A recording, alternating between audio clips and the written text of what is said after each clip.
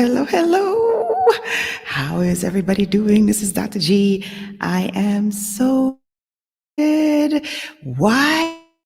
This week is the big reveal. So, some of you have been following my social media and you already know where Big Adventure 2021 is located, which is fine because I know you have been asking me for the backstory. You have been asking me, how did we make a decision to move so far away and do so sight unseen? So it is indeed if you can see my shirt, which, mostly people who are watching on LinkedIn and on Facebook, as well as YouTube, you can see my shirt. But my shirt says Fearless. And this awesome shirt was a gift from Sammy Fredericks, who writes amazing books for children talking about finance and giving them an education about money. So if you have not checked her out, definitely check her out. Okay. And she was also featured on the podcast recently and through the highlights over Black History Month. So definitely check that out as well. Yes, Cher. Fearless. Absolutely. All right. So if you listened to last week's show, then you know that there were a couple of cliffhangers. Okay. So I talked about how 10 years ago, we were thinking about moving abroad, living abroad, mainly because we have a desire for our children to have world citizenship. So we would like them to be able to experience different cultures. And the best way to experience that is by full immersion. So being in the culture and experiencing it is a phenomenal way in which to achieve this. So we decided a little bit ago, more than 10 years ago, but 10 years ago was when we actually took action towards this plan. And at that time, we had my son and we were planning on having other children, obviously. And we did not have things in place I had a job and my husband could definitely work abroad, but my mom was not retired. His mom was not retired. It just was not the right time. Now, fast forward to 2020 when all kinds of crazy things happened, including the pandemic, of course. But what that taught us is that my husband has portability for his work now. So that is incredible. And that was a huge game changer. And so now things were in place because my mom had retired. She'd actually been retired for almost 9 years. And his mom had retired. She retired within the last year and a half. And things were just in place to have all of us travel together and be part of this adventure. So nothing happens before its time. I'm a firm believer in this. I believe in putting positive energy out and getting it back tenfold. I also believe that, everything that happens in your life really happens for a reason. And, you may have agenda, but your agenda may not be coinciding with what is destined for you. It wasn't destined for us to make this move at the time when we thought we would, when we thought we were going to be in Australia. Obviously, that was not the case. And so here we are, on this adventure now, some years later, and everything is set in place. We have both our moms with us, they're both retired. They're going to be able to enjoy life in the golden years with a different lifestyle, much improved lifestyle and quality of life. So we are very excited, very grateful for that piece. Now, I shared with you also my personal migration story. So I shared with you how we decided to come to the United States basically because my mom was listening, which I still think is absolutely nuts, because if it were me and I were the mom and it was one of my children, it would never have occurred. Okay, so let's just put that out there. So my mom listened to me when I approached her at 8 years old and declared that I was going to become a doctor. And she was looking at the fact that at the time, there was one medical school and on the island, And it served not just Jamaica, but it also served Trinidad and Barbados and several other islands. And so there are a lot of very bright people that are competing to be part of this curricula.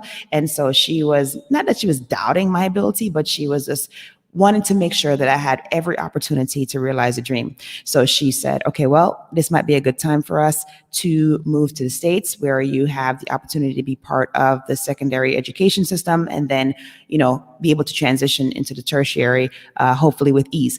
And so at 10 years old, I was 10, she was 33, and she basically gave up her entire life, put her belongings into suitcases, and left the country that she'd known her entire life with $40 in her pocket and two suitcases. I still marvel at that because honestly, like I said, if I were the parent and one of my children said, hey, I want to be a doctor, and it meant that I had to give up everything I'd ever known and start from complete scratch in a brand new place, I don't know if I would do it.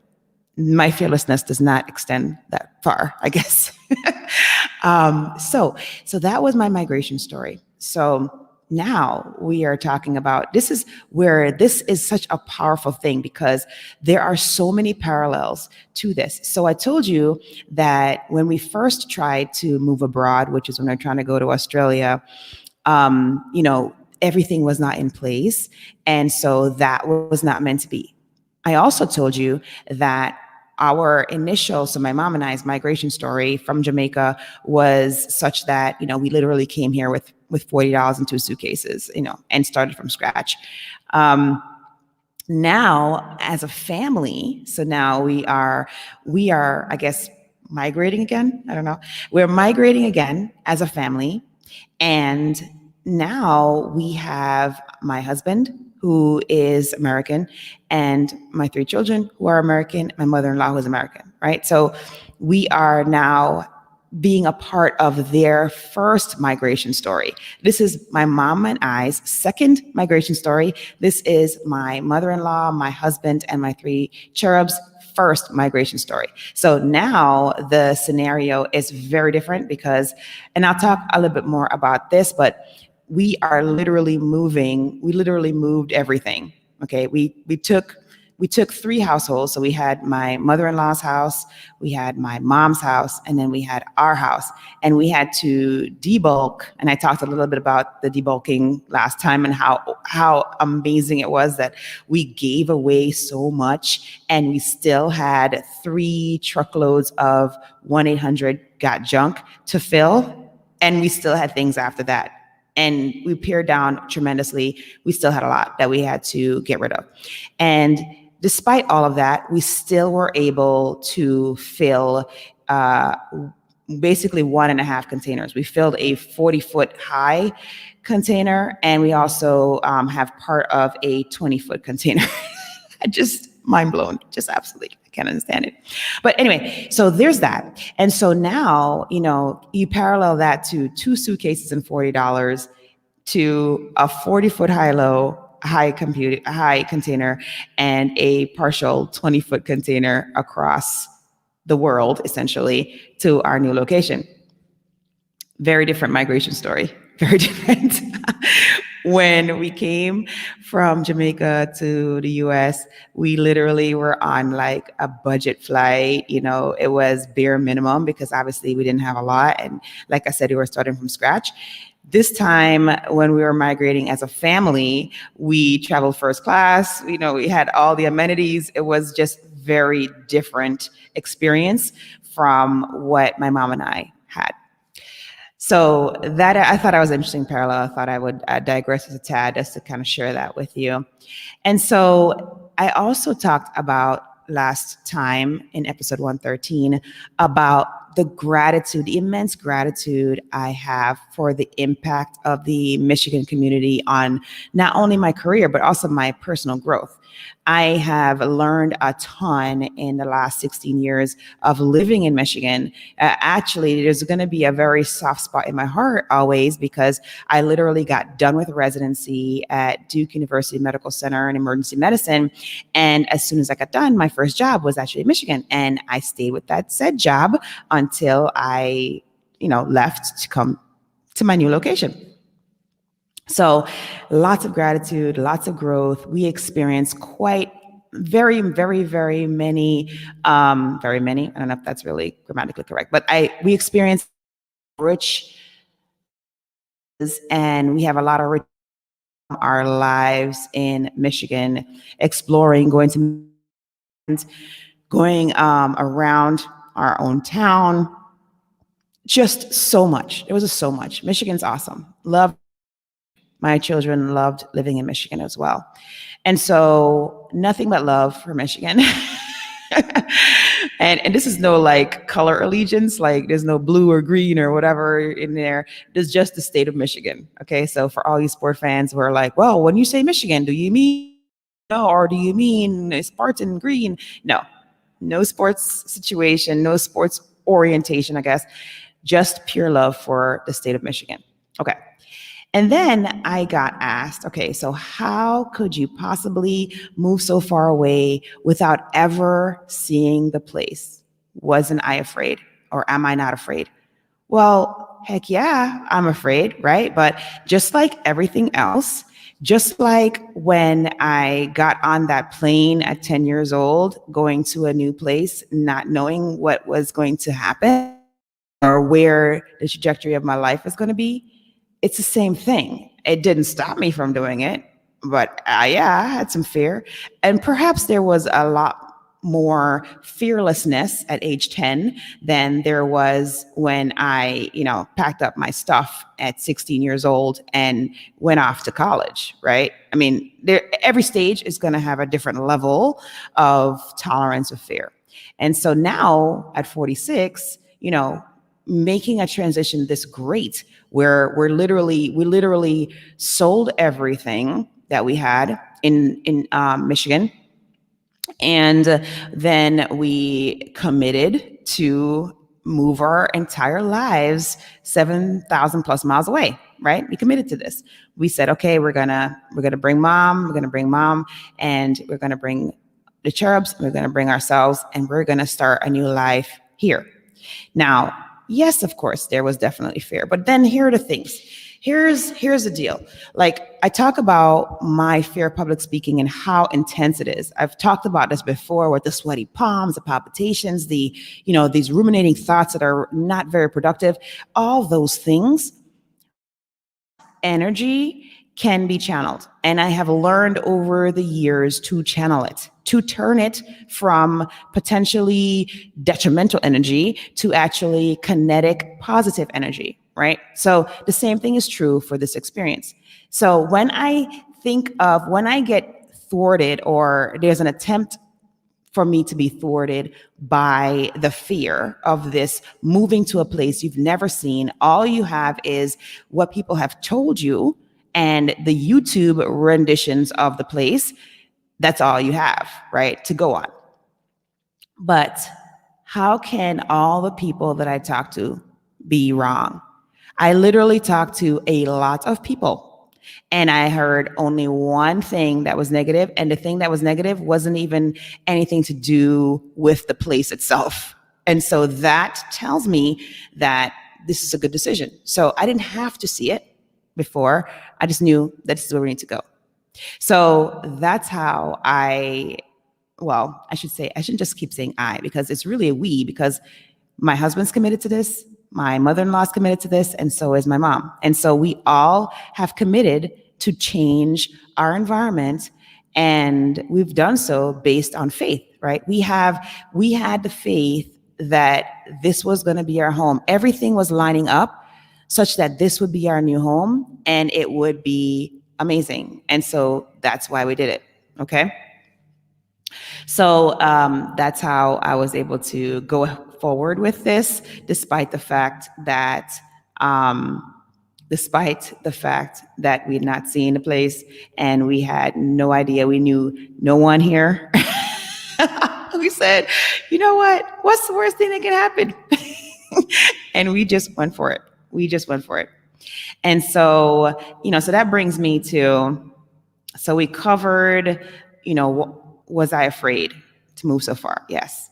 Okay. And then I also told you that I did something. I've I think I probably started practicing this crazy facing fear thing since I was about 10, maybe younger. And it has really not stopped. And I think it has actually intensified the older. And yes, is more of a out of the comfort zone for me. Like I'm constantly doing that because I feel like I'm not growing. And if I'm not growing, then I'm not where I'm supposed to be. And so, I hope that my life that's lived that will have no regrets. And I hope that I will be able to facilitate something like that for my family as well. And so this Big Adventure 2021 is all about that, having no regrets. And lastly, I talked about some moving abroad tips. 3 tips that I shared in the last episode was number one, you have more stuff than you actually need, which, oh my God, such fact.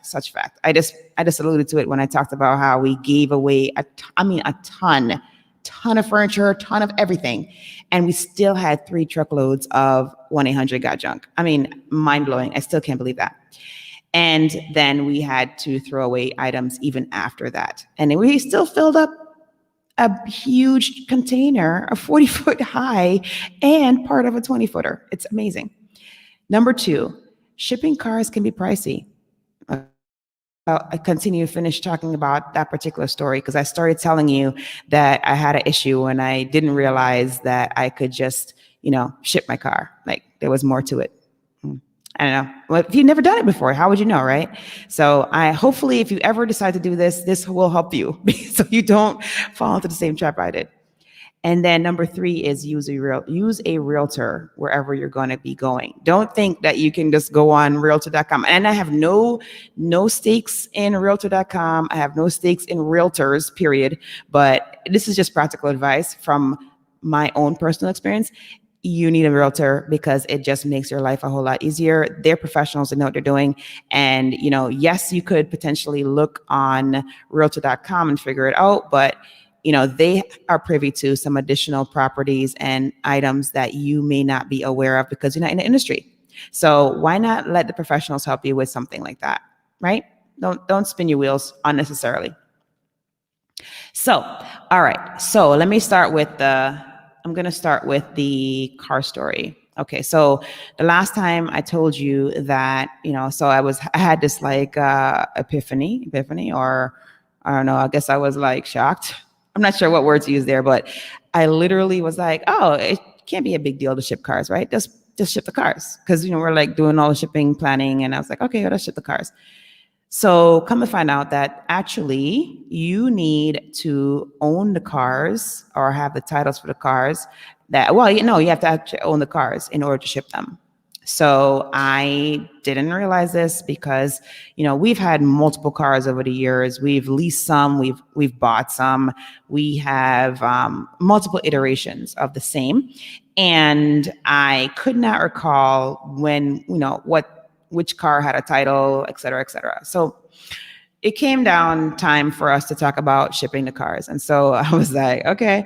So I was looking for the title. So the moving company actually requested a title. So I was like, oh, I think we have the title. But then I look in a drawer and there's only one title. And it is a title for the minivan, right? So the minivan we purchased, but we financed it. So it's on payment. So then I look at the title and the title says, lien holder, Honda Finance. I was like, okay, I guess, we have a title. So we call Honda and we're like, hey, we're about to ship the car to Big Adventure 2021. Is it okay? Honda was like, no, that's not okay. You cannot leave the country with the car. I have to laugh every time I think about it because I can't believe how naive I was. They're like, no, are you nuts? You can't leave the country with the car. It's a lien on the car. I'm like, oh, okay. So what does that mean? Okay, so the car is not an old car. It's a new car. Like literally got that car got both the cars in 2019. And so they were like, oh yeah, no, you need to like pay off the car. So like, okay. So we go ahead, we pay off the car. We get the title. now in my name and not in my name and Honda Financing's name. And so I'm like, okay, good. So that car is done. The other car, which is the BMW X1, we were leasing that one because, I didn't see the need to buy one of those. I figured I'd just lease it because I like changing the cars out really, relatively frequently.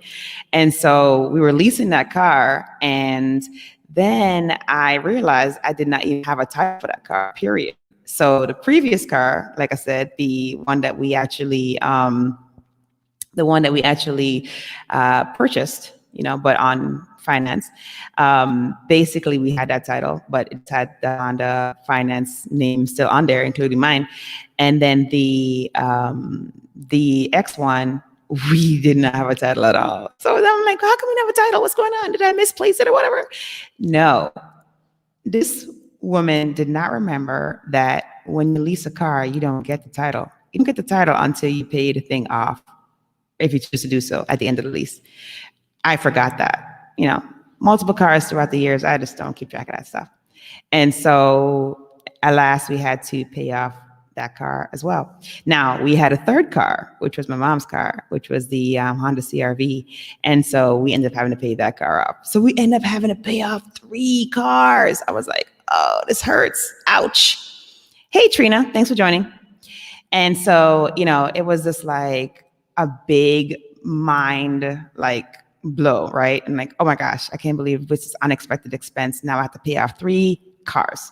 So to pay off the 3 cars, we get the titles, and then we're like, okay, how do we get these, which ones are we going to take with us? And then when we looked into it, it would have cost us $6,500 per car. And I'm like, we started calculating. We're like, all right, well, we paid them off, how, is this worth it? If we just, is it worth it to have the payoff as well as the transport costs? Is it worth it to bring them, essentially? Or should we just buy new cars when we get there? So when we did the calculation, well, my husband did the calculations of full disclosure because I'm not really a numbers person. He really is a numbers person. And so he did the calculation and he was like, no, we need to just sell these cars. So then the next problem was, okay, so we bit the bullet, we paid off these 3 cars, and we're thinking, okay, we're ready now to, figure out shipping or not. So then we decide that we're not going to ship because it is going to be too expensive. $13,000 to ship the cars alone. And I'm going to get into the whole thing about shipping the belongings. That's a whole other story. But so, that would have been $13,000 by itself to ship the 2 cars. So didn't seem like it was worth it, in addition to having to pay them off prior to get the titles. Okay. So now we're like, okay, so how do we sell these cars? We have a time crunch. We need to get this cash, stat. So we started researching different ways in which to do that. And it turned out that there are a couple of online car sellers that you can work with, which, in this environment, that's less literally, they will, you literally do everything online, and then they pick up a car and then send you the check. Amazing. Who would have thought that would be even possible? But we looked into a couple of them. We ended up utilizing one called Vroom, so VROOM. And again, I have no affiliation with Vroom, just so you know. I just want to put that out there. But so one word, expensive. Yeah. Yeah. This whole move has been very expensive, but yeah, that's a whole other story. So we went with Vroom, and once we got the hang of the process, getting 3 cars sold actually worked out to be pretty smooth. So, like I said, what you do is you get on there, you open a profile, you basically send them the title, and then they send you the cash. So that was cool. We appreciated that. And so we were able to sell the 3 cars ultimately. So we did not bring any cars. Oh my, it was such a lesson. Oh my God. So I'm hoping that me telling you the story is going to help you, because if you ever have to move abroad, definitely look into the cost of shipping the car. And you have to make sure you own the car first. look into the cost of shipping the car versus getting a car once you get there. Now, some places, this is not, it's not worth it to not ship them. Whereas others, it's like definitely worth it. Like this place is definitely worth it. Like us selling the cars and then coming here and buying cars, much better deal than if we had done all the things and shipped it.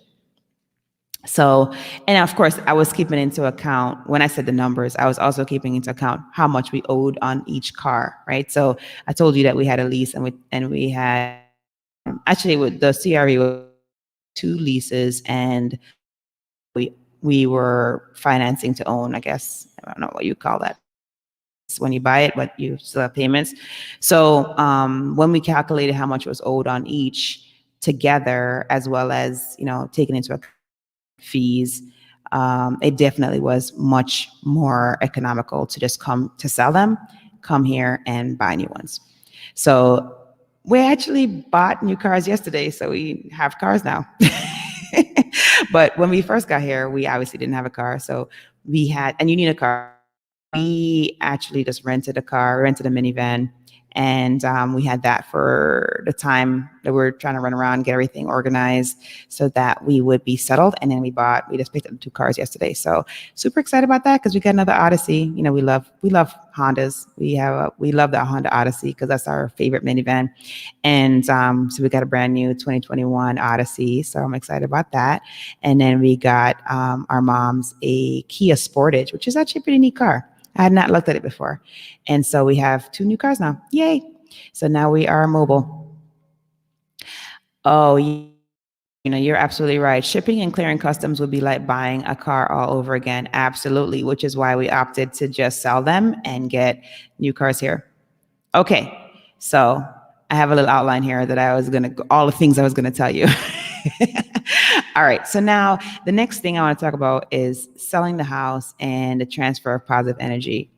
So the house that we ended up living in last, that house was essentially, oh, you're a Honda person too. That's so funny. I do like my Hondas. They are so fun and they last a long time. And again, I don't have any affiliation with Honda, just so that it's clear. So, so the house. So basically, we moved into that house. It was essentially like our dream house. I would say it's our dream house because it was a big step up from where we were living before, because we were a growing family living in a 3-bedroom home that was probably about 1,700 square feet, which, is fine. It worked really well for us. Until we were expecting our 3rd child. And so then it was a little bit cramped. So we started looking around for homes. And it just so happened that at the time when we were doing this was when the housing market was at its lowest, purchase price-wise. And so we were able to get an amazing deal on a brand new house. We actually bought a spec home and then we customized it to fit our needs, and then we purchased it. So we got it at a really great price and great neighborhood. And we basically over the years have had lots of memories in there. We have, had many, many gardens and many, many water gun fights and all kind of things in the house. Absolutely love the house. And it was, the place where our youngest was born, brought home, etc., lived her entire life. And great house. Love the house. Okay. And so I thought we were going to be living there forever, right? But then always in the back of my mind was, at some point, we probably are going to move abroad. So it was our forever home for Michigan. It was our forever Michigan home. So basically, we had to do some things to the house. So, we've been living there, and it would be nice to kind of do that. But when you're living there, there's really not a whole lot of urgency to do all those things, because you're just kind of like, it's not that big a deal. We'll do it later. We'll do it next year. We'll do it, the following year. Because we had every intention when we first moved into the house to basically, because the whole of the first floor is hardwood or tile. And so we had every intention of taking the carpet up on the second floor and putting in hardwood, like, or I actually wanted bamboo. Like I wanted to like redo the entire flooring, but we never got to it. Like life happened, things happened. We just never got to it.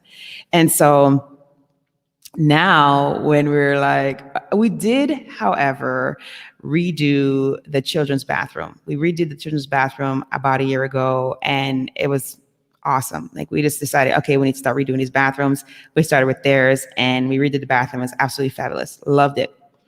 And, of course, ours was on the back burner again, once again, because you're living there, you have life going on. You're not really thinking, oh my goodness, it's an urgency to do this. So basically we ended up having now, because we have to sell the house, right? We're like, oh no, we got to sell this house. We can't keep this house. So we have to sell the house. And so now it was like crunch time to do all the things. So we got everybody, and we had the roof guy come, check the roof, make sure there was no issues. We had that done. We had the heater guy come, the air conditioner guy. We had every single person come and like totally check the place out and make sure everything was good. And then we had our contractor come in and redo our bathroom, paint the entire house. I mean, we wanted the thing to look like moving ready, to look moving ready, and to be moving ready, and to be the best possible setup for the next family. Because I told you before that I'm a very firm believer in positive energy emission. And if we had such positive experiences in the house, and we wanted the house to be welcoming to the next family so that they would have positive energies from the house. And so we wanted it to be in such high condition that they would love it immediately and they would see it as a great match for them. And so we redid the bathroom, we redid a bunch of things in the house. We basically we put in like really nice carpet all up in the top. We weren't able to do the hardwood just because of timing and all that stuff. But we redid everything, painted it. Literally looked brand new. And then, we were just not sure like what was going to happen. And it so happened. So I told you when we bought the house, it was a time in our life when we needed a house upgrade. And it just so happened that it was a low in the market as far as pricing. And then we were getting ready to sell this house. And it turns out that there was no inventory for houses that size. Like literally, because the house is a big house. It's for me, it's big. It may not be big for most people, but it was like a 3,500 square foot house. Okay. And that was the living space. So that's up the 2 levels. And then it had like a 1,500 square foot unfinished basement with an egress window and rough plumbing. So the possibilities are endless for like another huge amount of square footage of living space in that house. And so, and it had 3-car garage, and it had like, we had put in like an irrigation system for the garden, because we had 20-foot garden beds on the side of the house behind the 3rd garage. I mean, the house is nice. We have a basketball court in the backyard. We have a paved patio in the backyard. We had we'd landscaped the whole thing. We had big trees in the back, big maple trees in the back. It's a nice house. So anyway, apparently there aren't very many houses, and the house was 4 bedrooms.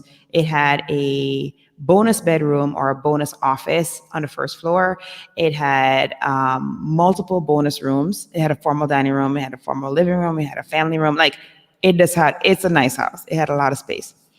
So we weren't sure though if a house that size was going to sell quickly, but then we found out that there aren't very many houses that size available on the market. And now that everybody is learning at home, which we already were doing because the kids have been homeschooled their entire life, and working at home, which we already were doing too because my husband works from home mostly, people need more space. They need they need a classroom, they need all things.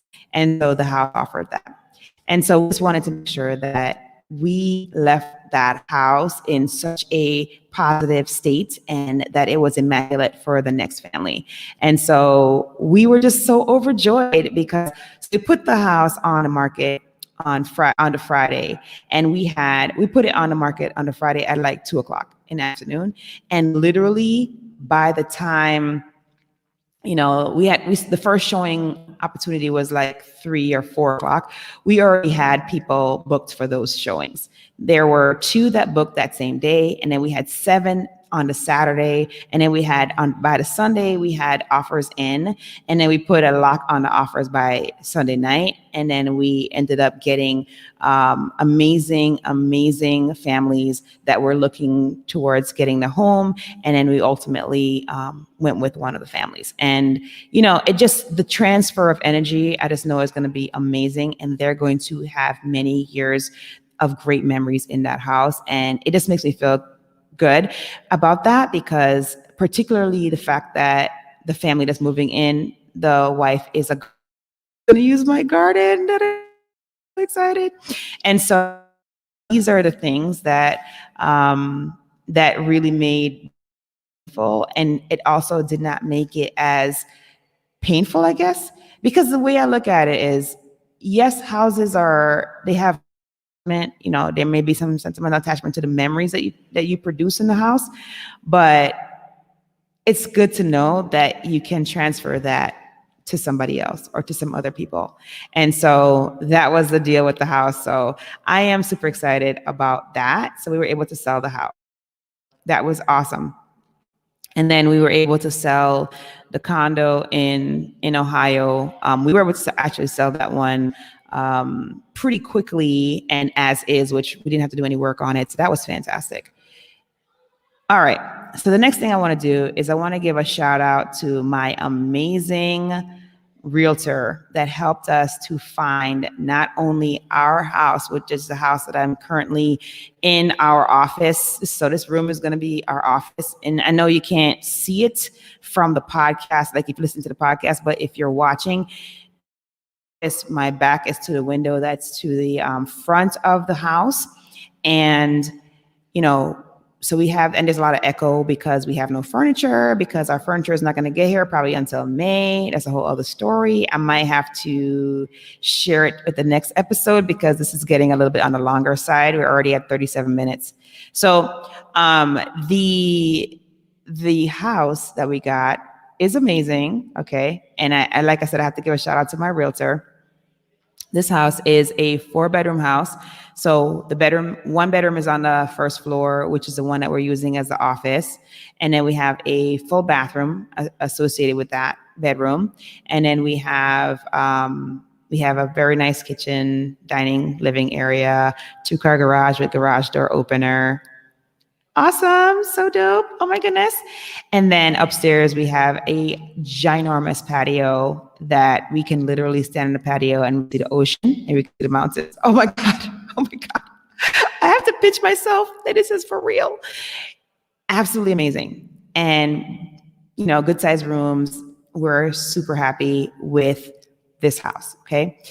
And on top of that, our moms are literally living in the house right next door. So a little bit of a backstory. Both of our moms are elders. My mother-in-law has some problems with her knees, so she can't really do stairs.